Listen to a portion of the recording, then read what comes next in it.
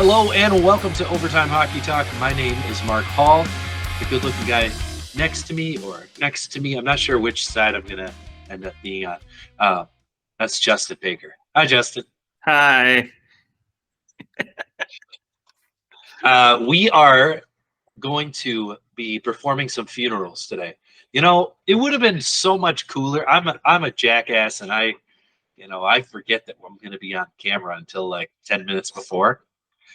Because I'm still not used to it, but I should have like a full-on suit, be like a funeral director, ready to perform some funerals. I don't know if that's insensitive, but yeah, You've got the organ behind you. I mean, that's so true. I could like just pull it around. Yeah. It reminds me of. Have you seen the show? Oh shoot, The Righteous Gemstones on HBO. Oh. Yeah, with what's his name? With John Goodman and the guy from Eastbound and Down, Danny McBride. Love him, dude. That is such a funny show. But their Uncle Billy in that show, he starts playing on the piano the songs that guy sings. Oh, that is a fantastic show. Totally unrelated to hockey, but if you have any background in like Christianity, religion, church, it is very, very funny. Some may consider it sacrilegious. I think it's just poking fun at the extremes. I think it's hilarious. But anyways, that's what I pictured him playing the piano behind me. Okay, so we're going to perform some funerals. And I think total, we're going to do 6 funerals today. So this is quite the depressing day here at Overtime Hockey Talk for our listeners. If you're a fan of Montreal, Seattle, Calgary, Pittsburgh, Ottawa, or Arizona, then stick around because this is your closure for the year. We are going to do these funerals, and we're going to go through, talk about the season a little bit, what might have been or what should have been for some of these teams, and talk about what's next. With the regular season about 10-ish games away from being over, and where we think these teams will go in the offseason. So with that, why don't we launch it with the Arizona Coyotes? Let's just go right to maybe the most drama-filled team and the least likely team to be in their current location next season. Oh, that's a whole nother bag of issues. This is the team that I look at, and they're the team with more draft picks in the entire Western Conference combined over the next 3 years. It's insane how many draft picks they have. Yeah, they have 9 in the first 4 rounds in 2024, and the same in 2025. I think they've got 8. So yeah, they're loaded up. They're ready to go. Yeah, sad part is they don't have a lot of first-round picks. They've only got 1 in each draft, but a bevy. I would imagine that something will come. I hope so. You think they need to make a couple moves here, so we'll see. But this team, Arizona, was a conundrum to me because they were a team this year that I expected to compete for a playoff spot, and I think a majority of the year they were hanging out. I mean, they were right there on the bubble. Then out of nowhere, man, they took a dump and lost 15 out of 17. They shit the bed, and next thing you know, they are where they are now, and I think that's too bad because I was really hoping Arizona would push a little bit and make this interesting here in the West. Yeah, well, I'll tell you what's the most interesting thing about them is the fact that, they might leave. That's if they end up leaving Arizona, then that's the biggest story maybe of the entire year. I mean, in our lifetime, there has been, especially you consider the last, in this century, we've really only seen a team move once, and that's Atlanta going to Winnipeg. And other than that, we have not seen relocation in the National Hockey League. Now, in the 90s, it happened a couple times. Minnesota going to Dallas, which Minnesota got another team, 6 or 7 years later. I will say, if the Coyotes leave, that I think is a likely scenario. That very similar to Minnesota, they will leave, but they will come back. It's too big of a market. They want a team there, but what are you going to do if you can't find a place to play? Yeah, and they've got cities like Salt Lake City, Houston chomping at the bit right now to get in there. So Yep. they're a team without a stadium, and I know they recently proposed like it was a $4 billion arena multiplex, whatever you want to call it. But they have to win an auction, and that auction is what, in like 8 weeks, I believe. Yeah. End of May. Well, basically, if they win that auction, I think all will be good. I think they'll be staying. If they lose that auction, they will be leaving, and they will not be back next year. I think it's sealed. They will move. Yeah, I agree with you 100%. Probably to Utah. Utah's my Okay. The Salt Lake City team. That's where my money would be on. Yeah, I could see that because you're still going to pull in a little bit of that fan base from Arizona. They're still right. They're still regionally or geographically still close enough.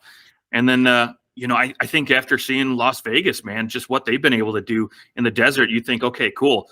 There's actually fan bases here in the middle of nowhere. And for whatever reason, they haven't figured it out in Arizona. But yeah. Well, Ryan Smith, he owns the Utah Jazz.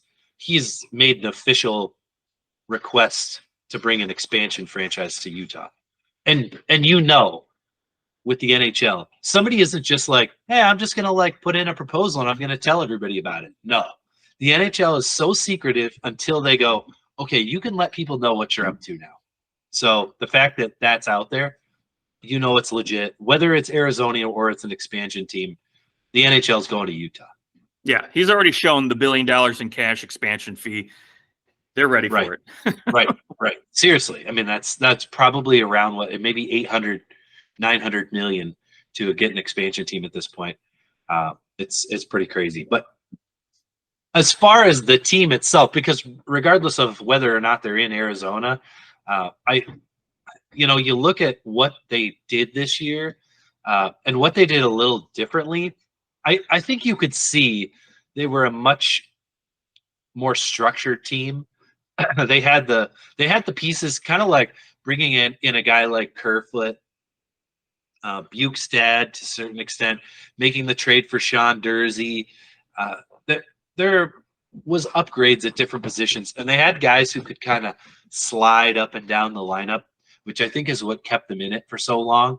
But ultimately, there is just, aside from Clayton Keller, there really is no high-end player on this team other than Dylan Gunther. Of course, he's going to be good, but we're just not quite there yet.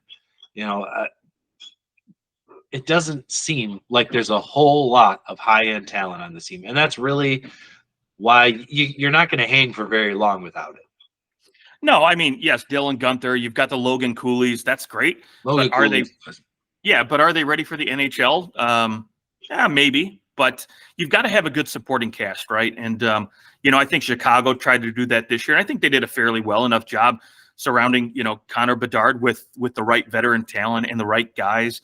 Unfortunately, Taylor Hall was hurt most of the year, so he, wasn't there to support him. And they're still growing too. But I think Chicago's going about it the right way. And maybe Arizona needs to take a page out of their book. Now, the problem with Arizona is they're in a market where it's very difficult to convince people to come in because, one, even though they might have, $80+ million in cap, space available to them, they're not going to spend it to the cap, right? They're a team that's, always been just barely trying to hit the floor.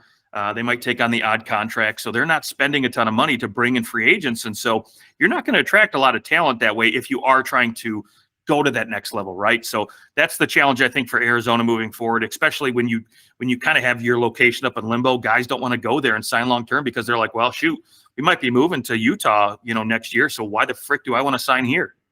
Right. Especially if you're like, I love Arizona, I love the weather, and then you're going to go to Utah. It's a different vibe for sure.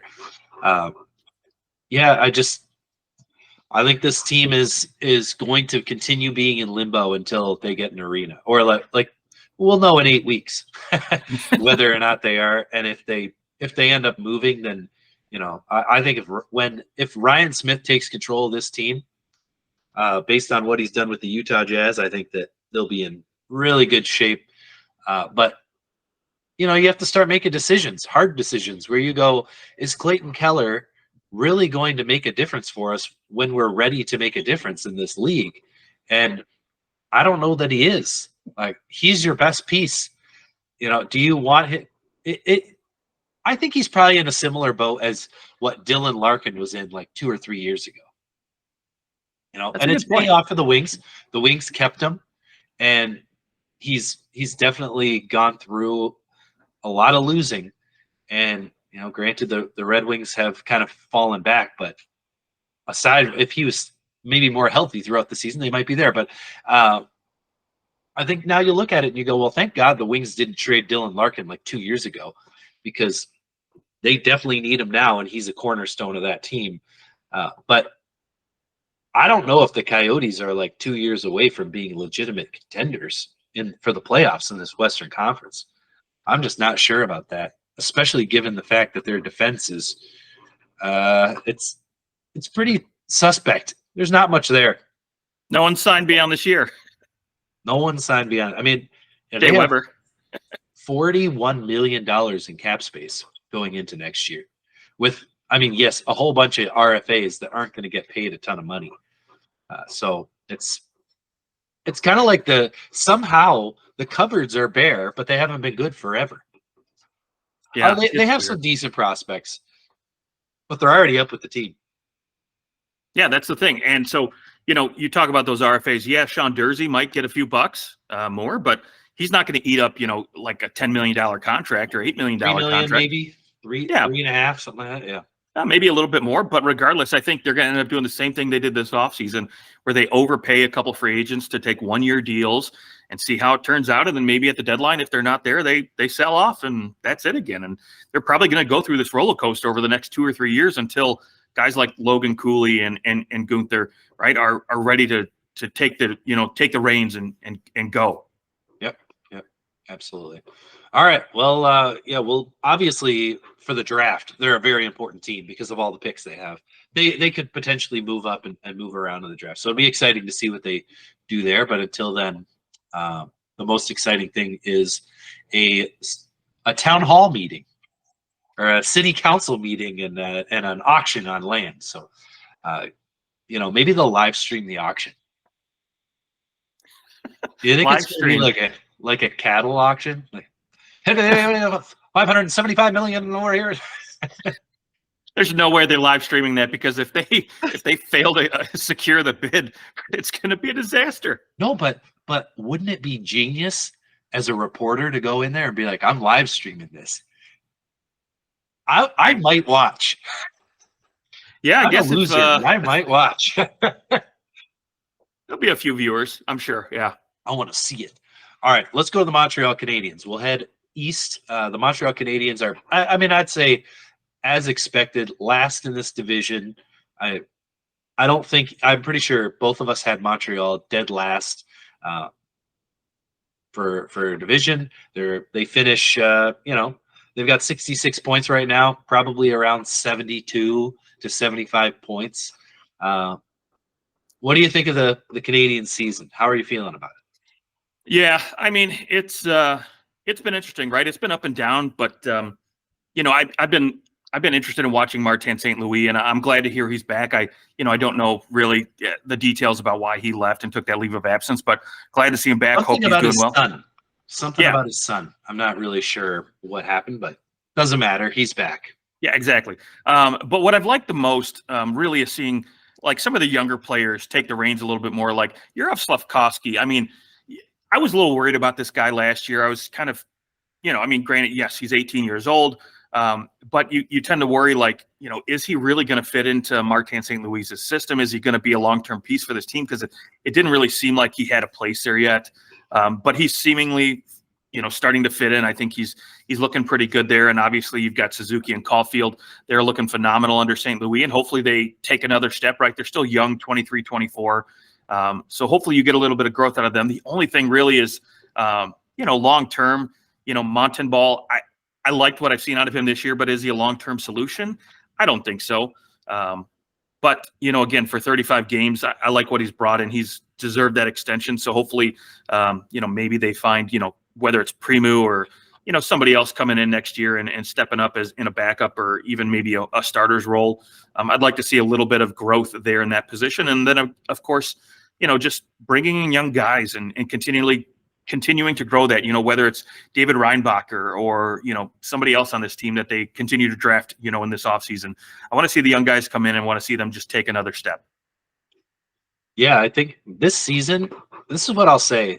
I cannot remember an NHL season where the Montreal Canadiens have felt more invisible than ever. That's a perfect word. It's like they're just, they're playing their games. Hey, Nick Suzuki is going to get 30 goals this year. That's fantastic. He's going to get over 70 points again. You've got Cole Caulfield. He's got his 20 goals and he's kind of rolling, and he's going to get 60 points. And you're right. You're seeing some great progression from a lot of their guys. Pleased with Slafkovsky. You're really happy about how Arbor Jacki has taken another step. I think that, yes, offensively he's not great, but that's not why you have him there. He had some injuries, but I think you're pleased with the fact that you've got a homegrown top 4 defenseman in the waiting there, and you can't be mad about what's happened because you knew you were going to finish last. It was the expectation all along, and guys have developed. And I just, when the expectations are zero, it's honestly hard to care about watching this team unless they're playing the team that you are cheering for, or you're a big Montreal fan. Then you're watching them regardless. But a pretty ho-hum year. And even at the trade deadline, where a team like this would generally be a team that would be incredibly active, they didn't really have a whole lot to do other than trading Jake Allen, and the rest mostly because they don't really have a whole lot of UFAs other than Tanner Pearson, and he wasn't moving again. So I would think this offseason, I think you're going to hear some names. I think Josh Anderson is absolutely going to be on the block. I think, if there's a place where Brendan Gallagher could go, I got to think that that's something that's going to be on Montreal's mind. Brendan Gallagher is not effective on a bum team. Like, this is a bum team. They're not good.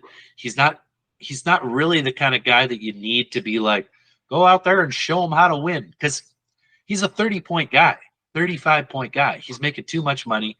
But if you cut it in half, would you take a Brendan Gallagher on a team on your third line on a playoff team? I think you would. I think he could be really valuable. Yeah, he brings some intangibles and some grit, right? I always love having a little sandpaper on my team. So for me, a Gallagher, if I can get him at $3.25 million bucks, I would absolutely give up a 4th or maybe 5th round pick for a guy like that. But now with Josh Anderson, I'm not trading for him no matter what you throw my way. You'd have to throw in a 1st round pick for me to take that contract back the other way. And so I think the more likely scenario for a guy like that, only maybe putting up bought out. Yeah, is getting bought out. So next year, if you bought out his contract, he'd only bring in a $222,000 cap hit. And then it's like $2 million a year after that, 3, and then it goes down to like 1.6 for the next few years after that. So that's something I think Montreal could definitely eat. Do they want to spend that money? No, but listen, they're one of the richest teams in hockey. So, would you be willing to bring Josh Anderson in for $2.25 million? No, not if I'm a team. I'm not touching him for any amount of money. I want him at league minimum. A 1 year, $1 million, show it and prove it to me kind of deal. All right. Yep. Fine. You can have him. Yeah. Right. Well, he's always kills the Leafs. I think like 4 of those 8 goals that he scored this year have come against the Leafs. Something like that. I got to think that David Savard, he's somebody who they'll consider moving. If they just want to keep getting younger, they've got the guys that they can move. And Joel Armia will probably be a deadline move next year. But yeah, Montreal, I think they'll just keep trying to grab picks. They've got 2 first-round picks this year from the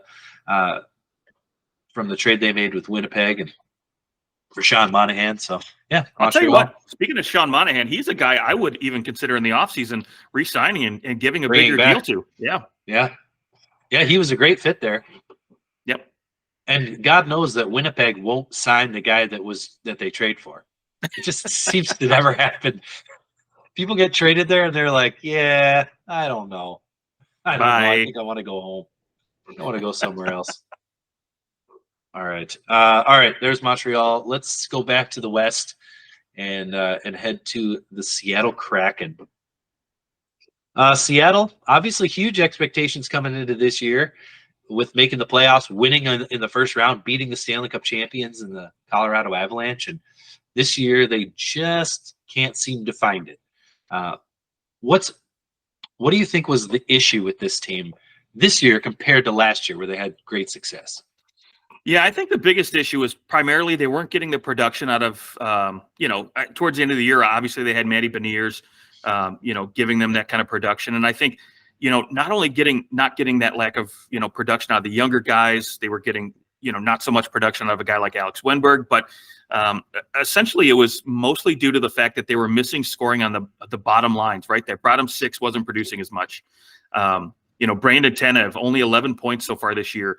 Last year, I mean, they had, Daniel Sprong just lighting it up, 20 goals. I mean, it was just, they were getting production from all four lines and they had speed on all four lines. And I think this year that's what they were really missing more than anything else. And, it doesn't help too that you have a guy like Vince Dunn who's constantly in and out, not healthy. Jaden Schwartz not staying healthy. So, that plays a little bit of a factor too. And, they tried to bring in a guy like Thomas Tatar to try to help that a little bit. And he's been all right in there. He hasn't been great, but he's been okay. But, I think the fact that most of their top guys can't stay healthy, Andre Burakovsky, they just can't stay in the lineup, right, these guys. And so that and the lack of scoring on your depth lines just has killed them. Would you believe that their power play and their penalty kill have both gotten statistically better than last year? Last year, they were at 19.75 on the power play. They were 21st in the league on the power play and 21st in the league in penalty killing. And funny enough, this year they're 16th on the power play and 17th on the penalty kill. So their special teams have gotten better. But my God, they went from 5th in the league in goals scored to now 29th. Fourth last. The only teams that have scored fewer goals are the Anaheim Ducks, the Chicago Blackhawks, and the San Jose Sharks. Wow.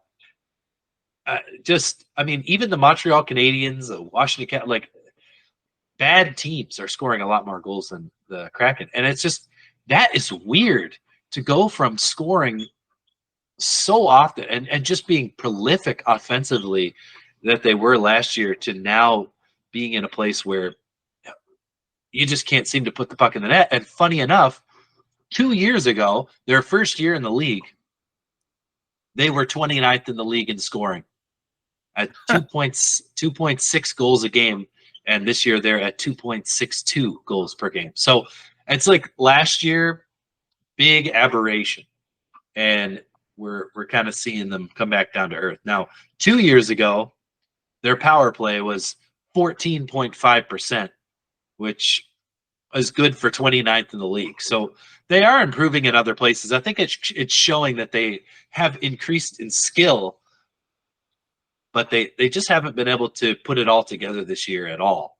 And I think some of that is just maybe you have expectations now, and it makes it a lot harder to win. Teams are looking out for you, and it is more difficult to do it again. And no one's having their career here. Like Jared McCann, he's got 27 goals. That's great, but he had 40 last year. That's a 30% dip in production, where you're missing it from guys at the top all the way to guys at the bottom. And I think for Seattle, this is really just, you're hoping that a Shane Wright can come in next year and actually make this lineup, make you better offensively, and continue to grow. Like I would guess that we'll look back and we'll go, yep, that second year in the league, that was a weird year. They came out of nowhere. I think this team is probably not a playoff team again next year as they grow into becoming a better team. Yeah, that's the question, right? And you look at this team versus other teams that are in the playoffs.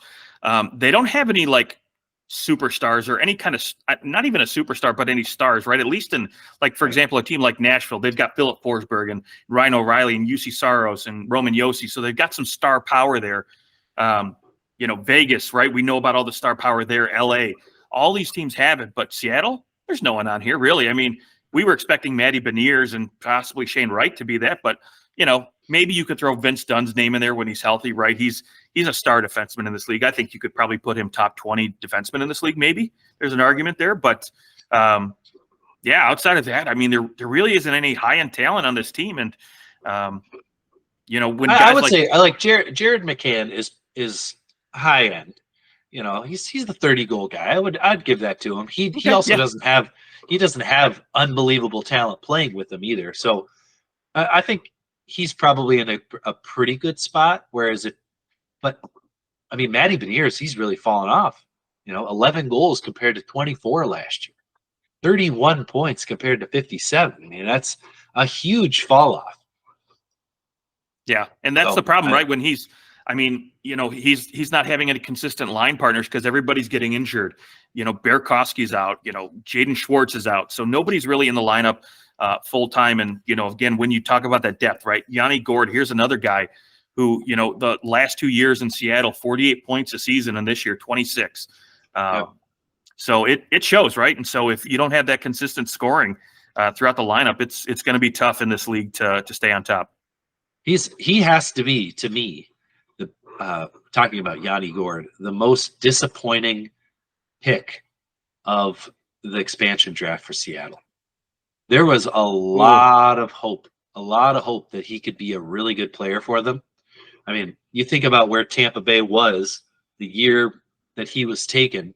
I mean, it was kind of like, oh shoot, Tampa Bay is really going to miss this guy. And then he got taken and Tampa Bay wins the Stanley Cup. Yeah, I mean, I would probably throw Philip Grubauer's name under that bus first, but Yanni Gourde is a close second on that list for sure. Yeah, but Grubauer was a free agent signing. He wasn't a very true. Wasn't Good point. Expansion draft pick. Yeah. Good point. But I understand what you're saying. Yes, he may be the most disappointing player in the first year of their season. Of course, I would agree with that. But Yanni Gourde, I think the expectation was that, hey, he's buried on Tampa's lineup. We bring him in here. He could be a 60, 70-point guy. And really, he's not even been a 50-point guy. So I think he's been quite the disappointment there. And I wonder, does Seattle try to move on from him? He's got one more year left at 5.1, 66666666666 repeating. I would think he would be a decent player to go, he's just not really moving the needle for us very much. Let's cut bait. Let him go somewhere else. Well, so here's the thing, though. He had 2 48-point years up until this season. So, if you think, yeah, okay, cool, we could get this guy back to form, right, with maybe a little tweaking in the offseason, sure, you keep him. But maybe you also look at that and you look at other teams and you say, hey, you know what? This guy was a 50-point guy with us. Last year was a fluke, right? So, you've got something there if you want to grab him, right? And at $5 million, get a 50-point guy, or even if you eat a couple $1 million of that, I think you could easily move him for $3.5, $4 million, and maybe try to sell. I mean, you're not going to get a ton back. You might get a 3rd-round pick and a prospect, but depends if you want to move out some money and try to, sign somebody in free agency that can move the needle a little bit more, like a Matt Duchene, for example, right? You could overpay for a guy like that. This could be a guy that you could move out to try to free some salary. Why does everybody overpay for Matt Duchene? Except but then they all regret losing him too. Well, yeah, but they regret losing him after he goes and has one good year with one team. There's those guys where they go to a new team, they play great. It's Evander Kane, man. Evander Kane goes to a new team, is great, and then he just kind of starts to. Now with Edmonton, it's been okay because Edmonton is good, other than the first 6 weeks of the season. But other than that, they've been pretty darn good the whole time he's been there. Okay, let's move on from Seattle and let's come back to the Eastern Conference. Let's do the Ottawa Senators, who probably out of any Canadian team had the highest expectations going into this year and did not meet them in any way, shape, or form.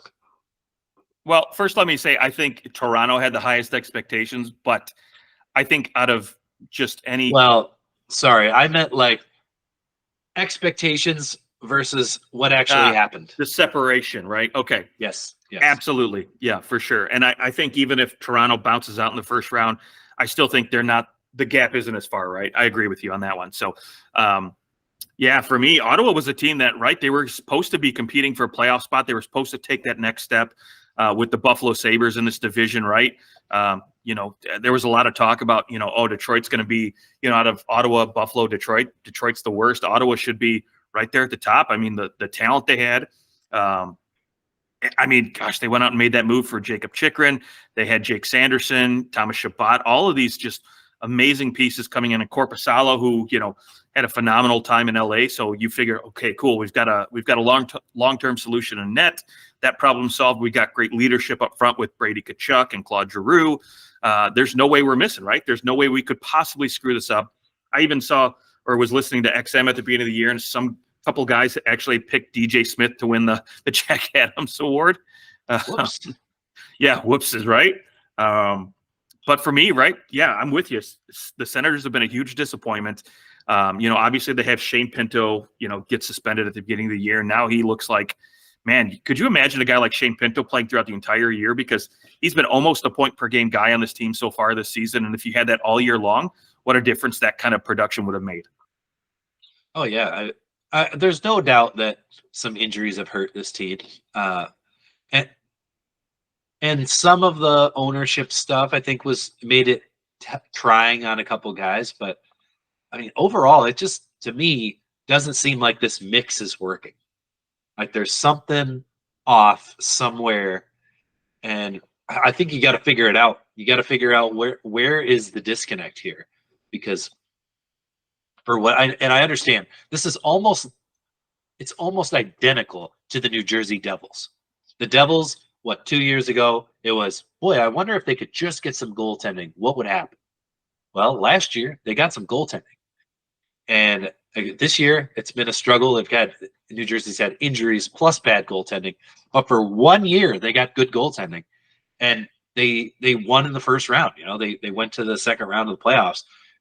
The Ottawa Senators have gotten awful goaltending all year long. And that has really created every other problem that they have. So, well, yeah, it goes back to figure out your goaltending. Yeah, if you're not confident in what's behind you, right, you squeeze your stick a little harder. You're not pinching up as much. You're a little hesitant to make plays, right, and go ham.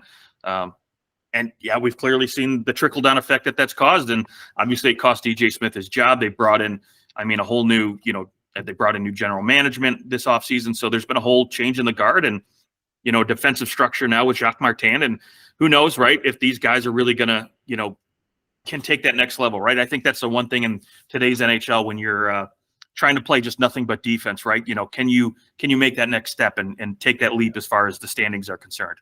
Well, and we know Jacques Martin's not going to be back next year. So to me, I have a little bit of like, well, all right, so these guys, they might be playing for their jobs, some of them, but a lot of these guys are going to go, well, I mean, I don't really have a lot to play for now. So I'm just going to stay healthy. I'm going to get to the off season. We'll see who the coach is next year, and we'll kind of go from there. Because I don't know. It doesn't seem like a whole lot to play for anymore. It really has been a mess. But I think, unlike some of these other teams, Ottawa has a very young core. There is a ton of talent here, and they just have to figure out, where is this like pivot point of like we should be good but we're not. What's happening? Where's the disconnect? So once they figure that out, I think they'll be in good shape. But you know what? The Buffalo Sabres have been here before. The Buffalo Sabres have said, "Look at all this talent that we have on our roster. We'll make the playoffs." No, you won't. It's the weirdest thing.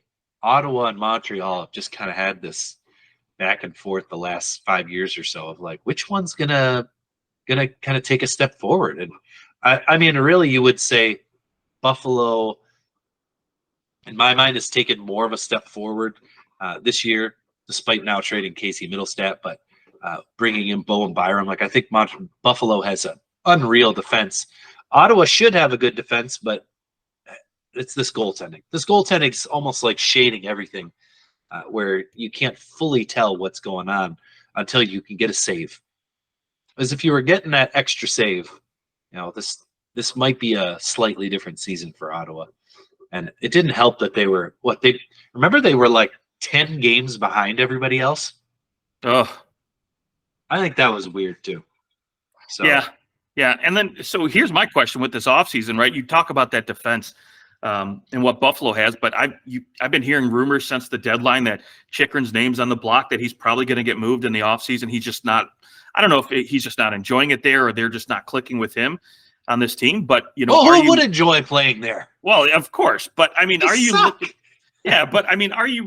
looking to bring in a guy like Jacob Chychrun if you're another team and you're willing to give up a big piece? Because I think that's what Ottawa wants, right? They want an NHL-ready player, somebody who can step in, not maybe necessarily on defense. It could be someone up front. But are you, going to bring in Jacob Chychrun and willing to move another piece? And if you're Ottawa, are you prepared to move him out? Because I think, if they get to the offseason and he's not re-signed, I think you have to move him. I would agree. Yeah, you're in the same position that you've always been in, with Carlson, with Mark Stone, with name any number of Ottawa Senator that Alex DeBrincat is the most recent example last year. You just have to move him because you can't afford. And at this point, he's not a rental. Your team's not good enough. So what? Even if you go make the playoffs next year, you're not going to win the cup next year. You're not there. So I think that a lot of soul searching left for the Ottawa Senators, and we'll see if they can figure out their goaltending situation. Hopefully they don't go into next year with honestly, it all comes back to here's the reason why oh my gosh, their general manager, their former GM's name is slipping my mind right now.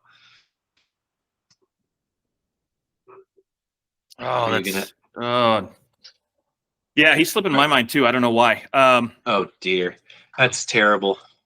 Yep, for all of our listeners at home who are sitting there going, "What the? How are you guys not? How do you guys not know this? You talk about hockey every week, but it is Pierre Dorion. My God, Pierre Dorion. The reason, his final big move, bringing in Jonas Korpisalo, and yes, Korpisalo had 10 good games for LA last year. 11. Here's the thing, crazy thing. So, yes, he had 11 really good games, and I think that people were like, "Oh, look at he's improved. He's playing with a good team, so that that's a good sign for him." He had an .892 save percentage in the playoffs. He was terrible in the playoffs for the Kings, but he looked good in Columbus, though. Basically carried that over into Ottawa. So I don't know. I think that the writing was on the wall long before that. The year before with an .877, the year before that with an .894, 2 years before that, .897, the year before that, .897. He's never really been that good of a goalie. He's had little 25 to 30 game stretches, and that's it. Yeah, to me, I think this team they're bigger issues on the back end, right? I think Thomas Chabot is okay defensively, but he's not great. And same with Jake Sanderson, right? These are guys. Jake Sanderson's a guy who's still learning how to play the game, right? And you're paying him $8 million to play top minutes. Next year. They're paying him $8 million next year. Right, next year. But here's the thing, though. If I'm Ottawa, I'm moving Jacob Chychrun out to try to find myself a top 6 scoring winger, and I'm going to go out and sign myself, maybe it's Chris Tanev, right? Maybe a guy on the back end. I want a guy on the back end who brings in the defensive game. That's purely what he's good at, right? He's just playing that defensive game. He's not going to put up a lot of points on the back end, but he's going to shut down other teams as top pairings. That's what I want, and that's what I think this team needs. And once that's figured out, and maybe you give a little bit more confidence back to that goaltending, I think Korpisalo could be good enough to carry this team. Now, is he going to carry them through a playoff series like a guy like UC Saros will in Nashville? Absolutely not. But I think he would give them good enough goaltending to win and get in the playoffs. Interesting. Okay. All right. Well, there's the Ottawa Senators. And they'll make their likely 2 first-round selections next year. Ottawa. All right, let's head back to the Western Conference and the Calgary Flames. The Flames, I think, teams where people were split on where they thought this team could be. Had Jonathan Huberdeau had a really down year, and we thought that no Daryl Sutter, he's going to become himself again. Was he going to get 100 points? No. But should he have, 70 points? I don't think that anybody thought he wouldn't. Like, did we really think that he was going to be worse than he was last year? 44 points, a minus 23. It's the worst of his career. Jonathan Huberdeau is probably the worst contract in the NHL. I don't know that anyone comes close.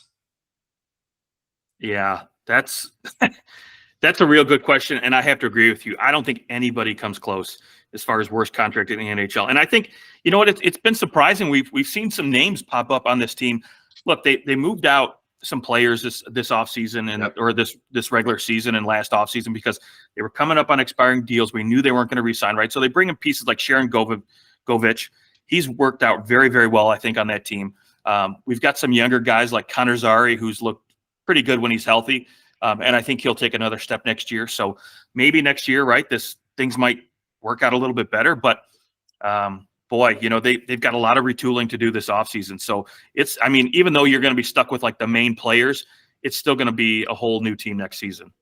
Well, and the question is, are you fully rebuilding? Like, are we going into where, because they already, Tanev, Zaitsev, Hanifin, basically half your defense is gone. And you've got another, Oliver Shillington is a UFA. I think possibility he re-signs there, and Jacob Markstrom is almost certainly gone. I would think that he will be a Devil at some point, even with the Jake Allen acquisition. I think there's a chance, but I think Jacob Markstrom is probably gone. So at that point, you have to ask, Huberdeau, Kadri, you're not going to be able to move those guys, but Mangiapane, Kuzmenko's a UFA, Sharon Govich, Kevin Rooney, these guys are all going to be UFAs next year.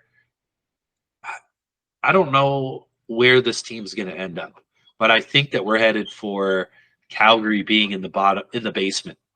Or they go, we're keeping everybody. They go out, they sign somebody next year, and they take another crack at this. And if they do that, I still don't see how, maybe they finish in a playoff spot because the West has been pretty turbulent. But are they winning a round or two? Are they going to be cup contenders? No. This team is so middling. And I think that as a Flames fan, I'd be like, just tear the whole freaking thing down. Let's go.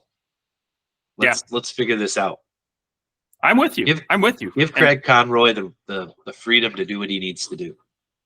Yeah, no, I'm absolutely with you. I don't think there's enough in the tank as far as prospects are concerned for me to say, you know what, we've got pieces coming. We've got guys coming up to where I feel confident if we hang on to some of our veteran guys, if we hang on to some of our, middle-aged, when I say middle-aged, 24, 25-year-old kids, that in the next couple of years we could really have this thing rolling, right? But I don't foresee that really.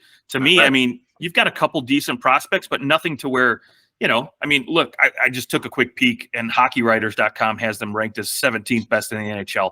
And to me, that's not enough to feel confident about, a long-term successful retool on the fly. Yes, middling. Middling, even in their prospect pool. Yes. So to me, I'm selling off every piece I can, right? And that includes Jacob Markstrom. And I think the minute Jacob Markstrom goes, you have to rebuild because Dustin Wolf, I get it. He's supposed to be the future in net, but is he ready now? Well, no. That's fine. Yeah, let him be the future. But yeah, not now. You can keep playing him. He can be your number one goalie. That's fine. If you're okay with him, kind of working through his stuff at the National Hockey League level, I think he's good enough to play in the NHL.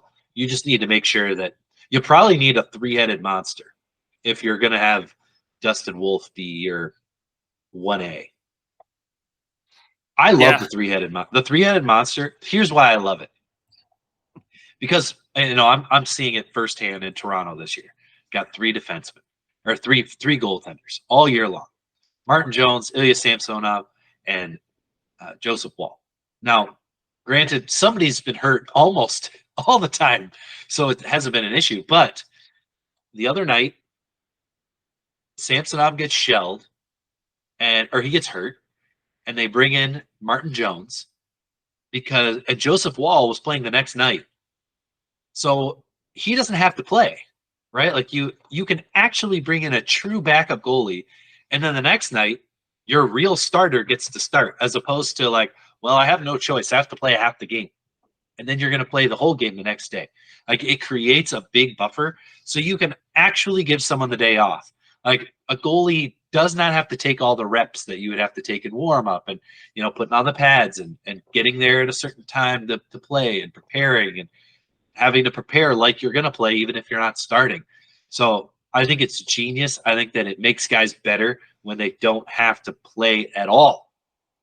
And here's the kicker. If you had 2 injuries in goal, you could bring that guy into the net,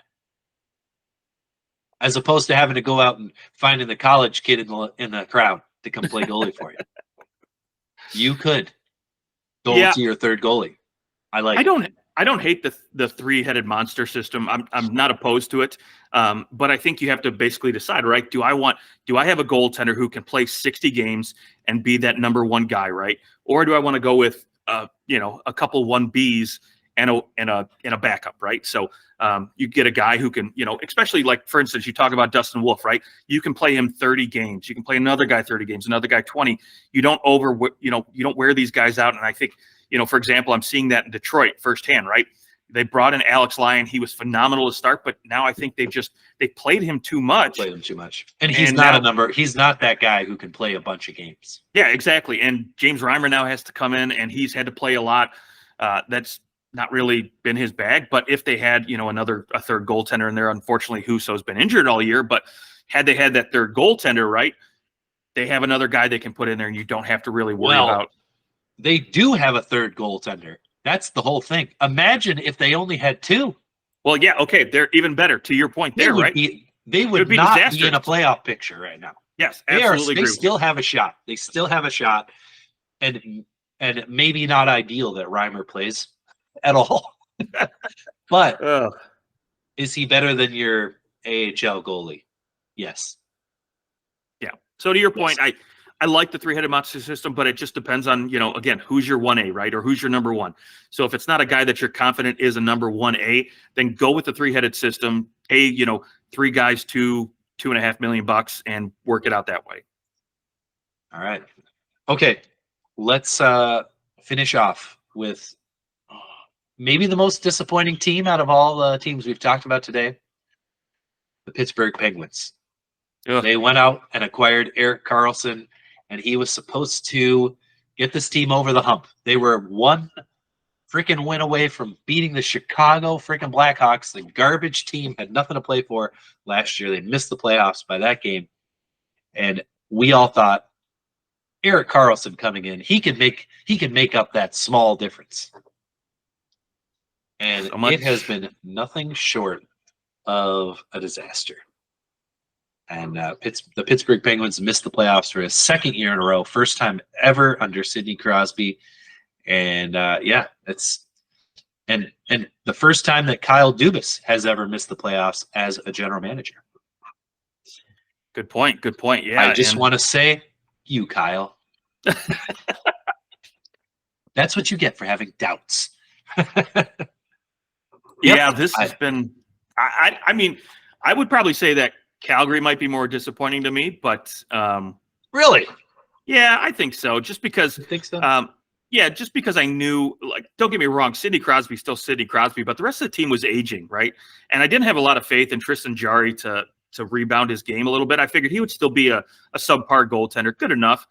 But with guys like, guys like Jeff Carter, Lars Eller on the team, I didn't have a lot of faith in that bottom 6 to really provide the depth scoring that I think they needed. And Riley Smith was a nice addition, but I didn't think he was, going to be a world beater or a line driver. So to me, I figured they had a bunch of middle 6 guys and, one really good player at Sidney Crosby, and that was about it. All right. Well, I think that with Calgary, it kind of seemed like things were unraveling a little bit. Pittsburgh, I thought that maybe they just, it's Sidney Crosby. You just kind of assume that he's going to be able to figure it out for them, kind of thing. And he's done his darndest.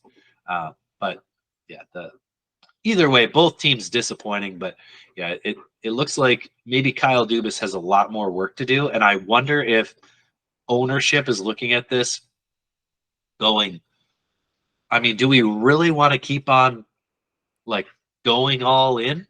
How much more do you have? What can you possibly do to go all in again? You let these guys come back. You let Malkin come back. You let Letang come back. You bring in Carlson. You re-sign Tristan Jarry to a pretty long deal. You've got $12 million in cap space next year, and you gotta find a replacement for what Jeff Carter was when Jeff Carter was decent, and that's going to be, I think, maybe not that big of a challenge, because you're going to have someone out there who goes, yeah, I would love to go play with Crosby. Like, here's my dream scenario. The Tampa Bay Lightning decide to be a bunch of douchebags, and they say, you know what, Stamkos, we're not willing to give you that money. Stamkos goes and says, all right, Sidney, I'm coming with you. And they hitch their wagons together and go see what they can do together. Oh, boy. That would be pretty fun. I mean, I'll admit, right? We could just call this the retirement team, the retirement center. I don't know what you want to call it, but yeah, but it's Pittsburgh. Why would you want to retire in Pittsburgh? I mean, this is where the old guys go at this point, right? I mean, that's what we're seeing now, right? They might be the oldest team in hockey, but I mean, look at this team. Their wingers are essentially Brian Rust, Ricard Raquel, Riley Smith, and Michael Bunting. Like, that's nothing about that screams a playoff team to me. So, Malkin, I don't know what's going on with him. He's just looked very middling this season. You'll be lucky if he gets 60 points this season. So, for me, you're always going to have something at Sidney Crosby. But what I'm more curious about is what's going to happen this offseason with him, right? Does he I don't know if he goes to management at any point and says, you know what, I want to move on. But does management go to him and say, hey, we'd like to move you? Are you interested? No. If they do, then Kyle Dubas is the dumbest person in the league. You can't. If they lose Sidney Crosby, right, whether it's to free agency or they just trade him at some point, right, you have to rebuild this team. I think you have to start tearing it down at that point. But but Crosby's not going to leave after convincing Malkin and Letang to come there. I agree with you on that one. The douchiest move. The douchiest move. And I don't think he'd do that. I think he's going to want to see if he can help right the ship. I don't think they go to him for that. I think it's more likely that you go, well, like, what can we do? Maybe a Ricard Raquel move. Riley Smith, you're probably moving on from him. You're just going to try and patchwork this thing. Or maybe you can convince guys, like the NBA is much more prolific at this. The NBA has guys who go, come play with me. Let's go. Let's build a team. And it's players trying to convince other guys to come sign there. That's what Crosby needs to do. He needs to go to someone like Stamkos and say, dude, come here. I know you've been in Tampa. You did your thing. Come to Pittsburgh and let's win together.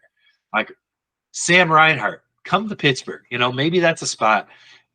Pay him the money and bring in a Sam Reinhart. Or I think there maybe would be a small chance that Jake Gensel would be willing to go back if the option was on the table. But I mean, I don't see any other option. Like, you got to use Sidney Crosby to convince some good free agents to come there. Well, he's going to have to convince them to come in at a cheaper rate. That's for sure. Because right. They've got to be smart with their money, right? They've still got to fill out their bottom six somehow with Jeff Carter going. I think maybe you try to move Lars Eller out at some point. You try to maybe move Marcus Pettersson so you can free up a little bit more money and, maybe find a few cheap defensemen and get some guys on that bottom six that can score. Yeah. Yep. No depth scoring right now. Now, I think July 1st, Crosby's going to come out. He's going to sign like a 3-year deal, 2-year deal, $8.7 million. again, or it'll be like 10.87 or something like that. Oh, I think he's signing for less money, to be quite honest. Even less? You think so? Yeah, I think he's made his money. He's not really concerned about that. And if he's serious about winning and bringing in people long term, or at least over the next 2 or 3 years to really, right the ship really quick, he's got to sign for less money. And I think, he might or sign just the same money. If he signs at 8.7, I mean, that's nothing. Yeah, I mean, maybe in 2 years, yeah, that's not going to be much. But I would suspect he signs a 3x7 deal. And that's what gets it done for Pittsburgh. And then he can use some of that extra cap space to bring in a few guys, long term, or not maybe long term, but for a 3 or 4 year stint to try to really get one more. Yeah, but I wonder, is the only way you're willing to take a discount if you can go, here's the guy we're going to sign. This is why we need you to take a haircut. Well, I think that's Crosby, right? To come back and say, hey, I'm going to sign at this rate so you can sign this guy. So go get him. Go get him signed first. And then when I'm due for my extension here at, this date, I'll sign after you get him re-signed, this offseason or whatever. Then I'll re-sign. Yeah. Yep. Well, yes, it'll be interesting to see what the Penguins do, because they're in such limbo. Like they don't even feel like a middling team. They feel like maybe they outperform themselves because Crosby's so good. Like without Crosby, is this team hanging out with Montreal and Columbus way, way, way down in the cellar? And they don't have a good prospect pool either, so nothing's coming up. I mean, maybe outside of, gosh, I don't even know who's coming up at this point. It gets me excited for this team. Yeah, realistically, they've traded away much of what they've had in order to continue doing what they're doing, and that's fair. That's what they should be doing. They did take Owen Pickering on defense with their 2022 first round pick, 21st overall. So he's the next guy coming. He actually had a great year in the WHL for the Swift Current Broncos. So that's probably who you're looking for. And but he's probably not going to play next year. You're not playing a 19-year-old kid, 20-year-old kid on defense for a team that you're really desperate to make the playoffs. It's pretty rare. Yeah, I mean the Red Wings did it with Mo Sider, but I think he was they were in a spot where they knew they weren't going to make the playoffs. That's true. Good point. Yeah. All right. Well, farewell to all of these lovely teams that failed to meet expectations. We salute you. Wish you luck in the ground. Most of them died long ago, and they're just playing out the rest of the year to go play some golf. So we'll do some more funerals in the coming weeks as we near playoff time. I think we'll of course be doing lots of playoff previews and whatnot as we get closer. I think we're 2.5 weeks away from playoffs. Yeah, we've already got one team written in already. The Rangers are in, right? So the Rangers are in, baby. The Rangers are in. And I think for the other teams, it's like they need 1 point and they're in. Right. So we've got quite a few teams that are going to start popping there. Best of luck to all those teams. Enjoy, all the games that are if they matter for your team, then enjoy all those games. If not, then watch some baseball or something. Baseball. I don't know. Are you a baseball guy? Do you watch baseball at all? No, I stopped watching it because they're just it's too boring, man. It is. And now I don't understand half the rules anyways. Like a catcher can balk, and I don't even know what that means. Like, I don't get it anymore. They're ruining the game I love. They're not even ruining it. It's just not even fun anymore. I never loved it to begin with, so I don't really care.